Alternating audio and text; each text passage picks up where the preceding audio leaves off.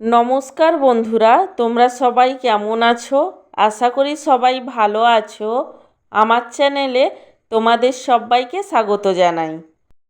আজ আমি তোমাদের সাথে শেয়ার করব আলু দিয়ে মুরগির মাংসের ঝোলের রেসিপি। আলু দিয়ে মুরগির মাংসের ঝোল বানানোর জন্য প্রথমেই আমি নিয়ে নিয়েছি 500 গ্রাম মুরগির মাংস। আর সেটাকে প্রথমেই স্বাদ অনুযায়ী নুন, হলুদ গুঁড়ো, রসুন বাটা, আদা ও শুকনো লঙ্কা বাটা এবং সাদা তেল দিয়ে ম্যারিনেট করে নেব। ম্যারিনেট করার পর মাংসটাকে 1 ঘন্টার জন্য রেস্টে রেখে দেব। 1 ঘন্টা পরে ওভেনে কড়াই বসিয়ে দেব এবং কড়াইয়ের মধ্যে দিয়ে দেব সাদা তেল। তেল ভালোভাবে গরম হলে তেলের মধ্যে দিয়ে দেব ডুমো ডুমো করে কেটে নেওয়া আলু কষানোর জন্য।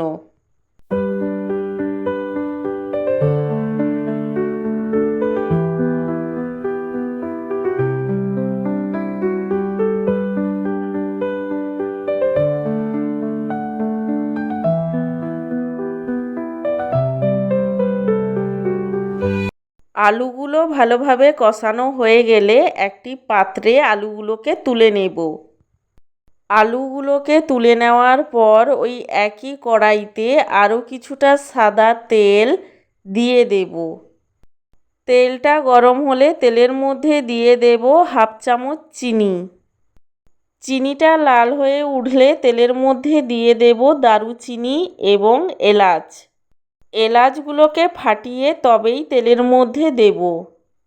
দারুচিনি এবং এলাচ দেওয়ার পরে তেলের মধ্যে দিয়ে দেব রসুন বাটা। রসুন বাটা দেওয়ার পরে তেলের মধ্যে দিয়ে দেব পেঁয়াজ কুচি। পেঁয়াজ কুচি দেওয়ার পরে পেঁয়াজটাকে ভালোভাবে কষিয়ে নেব। পেঁয়াজটা যখন হাফ কষানো হয়ে যাবে তখন এর মধ্যে দিয়ে দেব কয়েক কোয়া রসুন। পেঁয়াজটা ভালোভাবে কষানো হয়ে গেলে এর মধ্যে দিয়ে দেব টমেটো কুচি।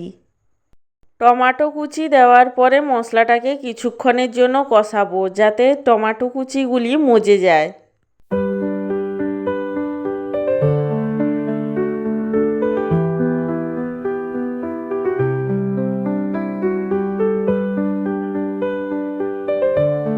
টমেটো কুচিগুলি যখন কিছুটা মজে আসবে তখন এর মধ্যে দিয়ে দেব আদা ও শুকনো লঙ্কা বাটা। আদা ও শুকনো লঙ্কা বাটা দেওয়ার পরে পুরো মশলাটাকে ভালোভাবে কষিয়ে নেব। মশলাটা যখন ভালোভাবে কষানো হয়ে যাবে তখন এর মধ্যে দিয়ে দেব লঙ্কা গুঁড়ো।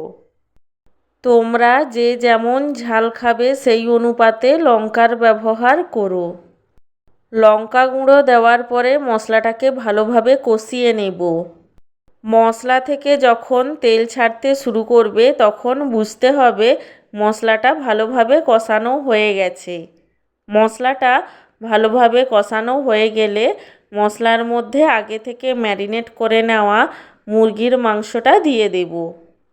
মশলার মধ্যে মাংসটাকে দেওয়ার পরে সেটাকে ভালোভাবে কষিয়ে নেব।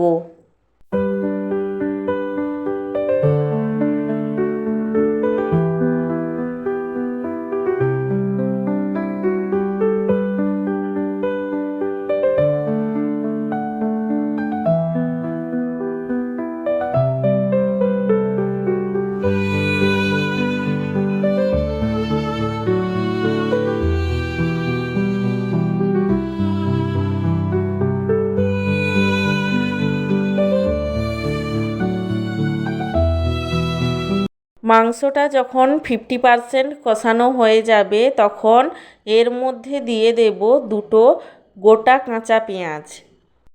তোমরা চাইলে এই গোটা কাঁচা পেঁয়াজগুলো নাও দিতে পারো।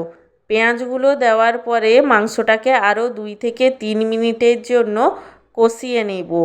তারপর মাংসের মধ্যে আগে থেকে কষিয়ে নেওয়া আলুগুলো দিয়ে দেব। আলুগুলো দেওয়ার পরে মাংসটাকে আরও কিছুক্ষণের জন্য কষিয়ে নেব। মাংসটা কষাতে কষাতে মশলা যখন তেল ছাড়তে শুরু করে দেবে তখন বুঝতে হবে মাংসটা ভালোভাবে কষানো হয়ে গেছে। মাংসটা ভালোভাবে কষানো হয়ে গেলে এর মধ্যে দিয়ে দেব জল। তোমরা যে যেমন ঝোল খাবে সেই অনুপাতে জলের ব্যবহার করো। আর হ্যাঁ, এখানে আমি গরম জলের ব্যবহার করেছি। যে কোনো রান্নাতে গরম জল ব্যবহার করলে সেই রান্নার স্বাদ নাকি অনেক গুণ বেড়ে যায়। কষাতে কষাতে মাংস এবং আলু অনেকটাই সেদ্ধ হয়ে যায়, তাই জল দেওয়ার সময় এটাও মাথায় রেখো। জল দেওয়ার পরে মাংসের ঝোলটাকে কিছুক্ষণের জন্য ফুটতে দেব, যাতে মাংস এবং আলু সব কিছুই সুসিদ্ধ হয়ে যায়। মাংস এবং আলু সুসিদ্ধ হয়ে গেলেই আলু দিয়ে মুরগির মাংসের ঝোলটাকে নামিয়ে নেব এবং গরম গরম ভাতের সাথে পরিবেশন করব। তোমরাও এইভাবে আলু দিয়ে মুরগির মাংসের ঝোল বানিয়ে খেয়ে দেখো, আশা করি ভালোই লাগবে। ভালো লাগলে আমার চ্যানেলটিকে সাবস্ক্রাইব করে পাশে থেকো এবং লাইক কমেন্ট শেয়ার করতে একদমই ভুলো না।